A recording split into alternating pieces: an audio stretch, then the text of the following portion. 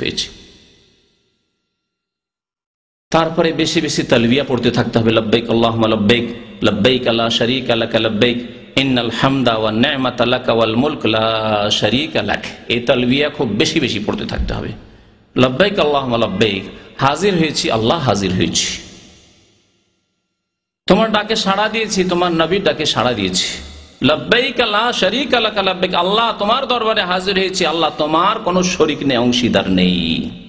লা শারীকা লাক লব্বাইক, ইন্নাল হামদা, নিশ্চয় সমস্ত প্রশংসা, অন্যায়মাতা, সমস্ত নিয়ামত, অনুগ্রহ, দান, ইন্নাল হামদা অন্যায়মাতা ওয়াল মুলকা, এবং সবকিছুর মালিকানা, সার্বভৌমত্ব তোমার, সবকিছুর মালিক তুমি। লা শারীকা লাক, তোমার কোনো অংশীদার নেই, তোমার কোনো অংশীদার নেই। আর মক্কার মুশরিকরা কি বলতো? ইল্লা শারীকান তামলিকু ওয়া মা মালাক, তারা বলতো আল্লাহ যারাও শরীক আছে, এই লাত উজ্জা মানাতে শরীক আছে, কিন্তু তাদের বড় মালিক তুমি, এরা মাত্র ওসিলা, মাধ্যম। জি, আজকাল কবর মাজার পন্থী যারা, পীরপন্থী, তারা এইরকমই ধারণা রাখে যে পীর ওলি আউলিয়া আর এই কবর মাজারগুলি, এগুলি হচ্ছে ওসিলা, মাধ্যম আল্লাহ পর্যন্ত পৌঁছার। তাহলে এদের অন্তরে যে তালবিয়া আছে সেটি হচ্ছে মক্কার মুশরিকদের মতো শিরকি তালবিয়া। এরাও সরাসরি আল্লাহকে পাওয়ার ধারণা রাখে না মুশরিকদের মতো, মক্কার আবু জাহল আবু লাহাবদের মতো। এরা মনে করে যে মাধ্যম ধরতে হবে, ওলিয়া উলিয়া ধরতে হবে, পীর দরবেশ ধরতে হবে, মাজার ধরতে হবে, না হলে আল্লাহকে পাওয়া যাবে না। তালিবাতে দেখলেন কি ঘোষণা? লা শারীকা লাক, আল্লাহ তোমার কোনো কিছুতে কেউ শরীক নেই, অংশীদার নেই। এই তালবিয়া খুব বেশি বেশি পড়বেন। মক্কা পৌঁছিবেন, তালবিয়া কোথায় বন্ধ করবেন? জি, যখন আপনি কাবাকে দেখে নিয়েছেন, তাওয়াফ এখন শুরু করতে যাচ্ছেন, তখন আপনি তালবিয়া বন্ধ করে দেবেন। তালবিয়া পড়া তখন, তালবিয়া মানে এই যে লব্বাইক পড়া, যে লব্বাইকের যে দুয়াটি রয়েছে, জিকির রয়েছে, এটি বন্ধ করে দাও তখন। এহরামের ক্ষেত্রে আরেকটি বলি যে এহরাম হচ্ছে নিয়তে হজ অথবা উমরার যে নিয়ত করলেন, এর নাম হচ্ছে এহরাম। কিন্তু আমরা সাধারণ মানুষ ভাবি যে এহরাম মানে বিশেষ পোশাক। মহিলাদের ক্ষেত্রে কোনো খাস পোশাক নেই এহরামের। যে কোনো পোশাকে, যে কোনো রঙের পোশাকে মহিলারা এহরাম বাঁধতে পারে। অপর পুরুষ যখন থাকবে তখন তারা চেহারা ঢাকবে, আর যদি অপর পুরুষ না থাকে তাহলে তারা চেহারা খোলা রাখবে। তাদের এহরাম চেহারাতে রয়েছে, কিন্তু অপর পুরুষদের সামনে কখনো তারা চেহারা খুলবে না। চেহারা ঢাকার ক্ষেত্রে তারা নেকাব, এই পটি বাঁধবে না। আজকাল যে পটি বাঁধার নেকাব উঠেছে, যাতে চোখের দুটি ফাটল রয়েছে, এটা মহিলাদের জন্য জায়েজ নয় এহরামের অবস্থায়। তাহলে এটা সরিয়ে দিয়ে কি করবে? পাতলা হয়তো ওড়না রয়েছে বা চাদর রয়েছে বা এমন কোনো কাপড় আছে যেটা ওপর থেকে ঝুলিয়ে নিয়ে চেহারা ঢাকবে। কারণ চেহারা খোলা হচ্ছে সবচেয়ে বড় ফিতনা। চেহারা খোলা হচ্ছে সবচেয়ে বড় ফিতনা, ইমানের ফিতনা, আমলের ফিতনা, মহিলাদের জন্য আর পুরুষের জন্য। সুতরাং কখনো জায়েজ নয় চেহারা খোলা।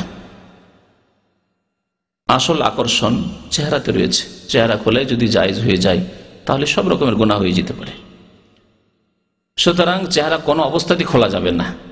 তবে যেমনটা বললাম যে যখন কোনো মানুষ নেই তখন খুলবে, আর বাকি ওপর থেকে পাতলা ওড়না দিয়ে ঢেকে নেবে। পুরুষরা সেলাইবিহীন কাপড় পরবে, যা জানাই রয়েছে। নবী করিম সাল্লাল্লাহু আলাইহি ওয়াসাল্লাম একটি এজার অর্থাৎ লুঙ্গি, নিচের দিকে কাপড় খোলা, আর আরেকটি হচ্ছে রেদা চাদর, এই দুইটি কাপড়। আর সাদা হচ্ছে উত্তম, মুস্তাহাব। নবী করিম সাল্লাল্লাহু আলাইহি ওয়াসাল্লাম সাদা কাপড় পরতে উৎসাহিত করেছেন, বিশেষ করে ইহরামের ক্ষেত্রে সাদা কাপড় পরবেন। জুতো না ব্যবহার করে স্যান্ডেল ব্যবহার করবেন ইহরামের অবস্থায়, এটি হচ্ছে সুন্নাত, মুস্তাহাব, ভালো। কারণ নবী করিম সাল্লাল্লাহু আলাইহি ওয়াসাল্লাম স্যান্ডেলে নাল, দুই নালে অর্থাৎ স্যান্ডেলে ইহরাম বেঁধেছেন। আল্লাহর ঘর যখন বাইতুল্লাহ পর্যন্ত পৌঁছে গেলেন, উজু না থাকলে উজু করে নেন, কারণ বিনা উজুতে তাওয়াফ হবে না। তাওয়াফের জন্য উজু শর্ত, যেমন নামাজের জন্য উজু শর্ত, সহি হচ্ছে তাওয়াফের জন্য উজু শর্ত। বাইতুল্লাহর তাওয়াফের জন্য উজু করে নেন।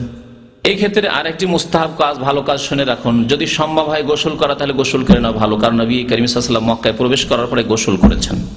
মক্কায় ঢুকে যদি গোসল করা সম্ভব হয়, হোটেল থাকে, ব্যবস্থা থাকে, তো গোসল করে নিয়ে তারপরে বাইতুল্লাহ প্রবেশ করা। এই ক্ষেত্রে নবী করিম সাল্লাল্লাহু আলাইহি সাল্লাম যে বর্তমান বাবুস সালাম, আসসালাম গেটটি রয়েছে, এই দিক দিয়ে প্রবেশ করেছেন। সুতরাং এই দিক দিয়ে যদি সম্ভব হয় তাহলে ঢুকবে। আর আজকাল যেহেতু ভিড়ের সময়, সুতরাং যে দিক দিয়ে আপনার সুবিধা হয় সেই দিক দিয়ে আপনি কাবা ঘরে, আল্লাহর ঘরে, বাইতুল্লাহ প্রবেশ করবেন। বা মসজিদ হারাম প্রবেশ করবেন, তারপরে আপনি উমরা করবেন যেমন উমরা করে। এখন কাজ কি আপনার বাকি? তাওয়াফ করা, যা হচ্ছে উমরার রুকন। তাওয়াফ যখন করবেন শুরু করবেন কোনখান থেকে? হাজরে আসওয়াদের সামনে থেকে। প্রথম দিকে দাগ টানানো থাকতো, আজকাল দাগটা উঠিয়ে দেওয়া হয়েছে, খুব ভালো কাজ করা হয়েছে। সৌদি সরকার আমরা শুকরিয়া আদায় করি, জাযাহুমুল্লাহ খাইরান, আল্লাহ তাদেরকে উত্তম প্রতিদান দিক। এই কালো রেখাটি থাকার কারণে ওখানে ধাক্কা ধাক্কি আর ধরে কিছু লোক তো আছে ইশারা করতে আছে, আল্লাহু আকবার, বিসমিল্লাহ আল্লাহু আকবার, বিসমিল্লাহ আল্লাহু আকবার, মনে হচ্ছে যে ছোরা চালাচ্ছে। একবার চালানোতে জবাই হলো না, খাসি জবাই হলো না, গরু জবাই হলো না, ছোরাই চালাচ্ছে, আল্লাহু আকবার আল্লাহু আকবার আল্লাহু আকবার, থেমে থেমে। রেখা নেই আর থামবে কি? যে যেখানে ইচ্ছা থামছে, একটু কেউ আগে কেউ পরে, কেউ ঠিক জায়গায় আগে পরে, ঠিক আছে, কারণ আনুমানিক একটু আগে পিছিয়ে হলে কোনো অসুবিধা নেই। আর সেখানে দাঁড়ানো তো ঠিক নাই, এই যে দাঁড়িয়ে দাঁড়িয়ে ইশারা করা, চলতে চলতে আপনি বলবেন আল্লাহু আকবার আর ইশারা করবেন। এই রেখা থাকার কারণে সেখানে লোকেরা দাঁড়িয়ে যেত, রেখা নেই আর দাঁড়ানো নেই, অনেকটাই সুবিধা হয়ে গেছে আমাদের জন্য। যারা সুন্নত মোতাবেক সহিভাবে যারা হজ উমরা করতে চান তাদের জন্য আলহামদুলিল্লাহ সুবিধা হয়ে গেছে। 7 চক্কর দিবেন। এই 7 চক্করের নাম হচ্ছে একটি তাওয়াফ, মনে রাখবেন। 7টি প্রদক্ষিণের নাম হচ্ছে একটি তাওয়াফ। এই তাওয়াফের সময় যে কোনো দোয়া করতে পারেন, শুধু রুকনে ইয়ামানি অর্থাৎ হাজরে আসওয়াদ যে কোণায় রয়েছে তার আগের কর্নারটি, এই 2 কর্নারের মাঝখানে অর্থাৎ দক্ষিণ দিকের দিকটি যে রয়েছে, এখানে বিশেষ দোয়া নবী করিম সাল্লাল্লাহু আলাইহি সাল্লাম পড়েছেন, তা হচ্ছে কোরআনে কারীমের দোয়া, রব্বানা আতিনা ফিদ দুনিয়া হাসানা ওয়া ফিল আখিরাতি হাসানা ওয়া কিনা আযাবান নার। হে আল্লাহ, আমাদেরকে দুনিয়াতেও মঙ্গল দান করো, আখিরাতেও মঙ্গল দান করো এবং জাহান্নামের আযাব থেকে আমাদেরকে মুক্তি দাও। আর বাকি যে কোনো দোয়া আপনি করতে পারেন, মাঝে মাঝে কোরআন তেলাওয়াত করতে পারেন, নিজের ভাষায় দোয়া করতে পারেন, অসুবিধা নেই।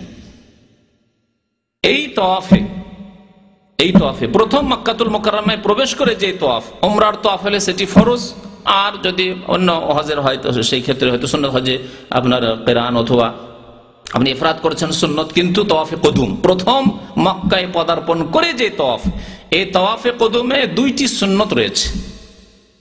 একটি সুন্নতের নাম হচ্ছে ইলতিবা আর আরেকটি সুন্নতের নাম হচ্ছে রামাল। এই 2টি সুন্নত পালন করতে হবে আপনাকে।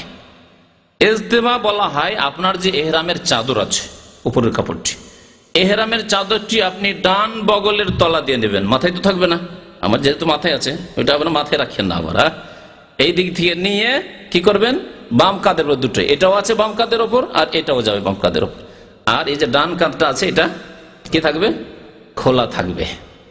এর নাম হচ্ছে ইজতেবা। এই ইজতেবা 7 চক্করে হবে পুরো। অনেকে বললে যে 3টিতে হবে নাকি, কারণ 3টিতে যেহেতু রামাল আছে ওভাবে যে 3টিতে মনে হয় থাকবে না। ইজতেবা 7 চক্কর পর্যন্ত, যেমনই 7 চক্কর শেষ হয়ে গেল, এখন নামাজ পড়ার জন্য মাকাম ইব্রাহিম পেছন দিকে যাচ্ছেন বা যে কোনো জায়গায় যাচ্ছেন, তখন আপনি কাঁধ কি করবেন, ঢেকে নেবেন। এই ক্ষেত্রে অনেকের অজ্ঞতা, নামাজ পড়ে কাঁধ খুলে, কি আরব অনারব, জাহেল মানে জাহেল, আরবি হলো জাহেল, যে জানে না, আর অনারব হলো জাহেল, মাসলা জানে না আর জানার চেষ্টাও করে না, কাঁধ খুলে নামাজ পড়ে। অথচ সহিহ বুখারীর হাদিস নবী করিম সাল্লাল্লাহু আলাইহি ওয়াসাল্লাম নিষেধ করেছেন কাঁধ খুলে নামাজ পড়তে। লা ইউসাল্লি আহাদুকুম ফিস সাওবিল ওয়াহিদ লাইসা আলা আতিকিহি মিনহু শাই। তোমাদের কেউ যেন একটি কাপড়ে এমন ভাবে নামাজ না পড়ে যে কাঁধের উপরে কিছু নেই, নিচের দিকে ঢাকা আছে, উপরে কাঁধে কিছু নেই, এইভাবে নামাজ না পড়ে। তাহলে কাঁধ খোলা অবস্থায় নামাজ পড়া জায়েজ নয়, নবী সাল্লাল্লাহু আলাইহি ওয়াসাল্লাম নিষেধ করেছেন। এই ক্ষেত্রেও সেই হাদিস প্রযোজ্য।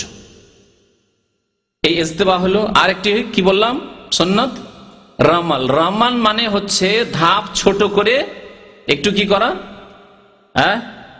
জোরে চলা, দৌড় দিয়ে চলা। এই ভিড়ে তো দৌড় দেওয়া সম্ভব নয়, যতটা সম্ভব আপনার পক্ষে হয়। দৌড় দেওয়া আবার 2 রকম, বড় ধাপ করে, লম্বা লম্বা ধাপ করে না, ওই রকম না, ছোট ছোট ধাপ করে আর একটু জোরে চলার চেষ্টা করা। এই রামাল চারিদিকে, কাবার চারিদিকেই করতে হবে, কিন্তু কয় চক্কর করতে হবে, প্রথম 3 চক্কর করতে হবে, বাকি 4 চক্করে সাধারণভাবে আপনি চলবেন, রামাল করবেন না। 7 চক্কর যখন শেষ হয়ে গেল, এর মধ্যে যদি হাজরে আসওয়াদে চুমন দেওয়া সম্ভব হয় তাহলে চুমন দেবেন, হাত দিয়ে ইস্তেলাম করবেন, স্পর্শ করবেন এবং চুমন দেবেন। যদি সম্ভব না হয় শুধু হাত লাগাবেন, হয়তো মুখ লাগাতে পারলেন না, হাতে চুমন দেবেন। যদি তাও সম্ভব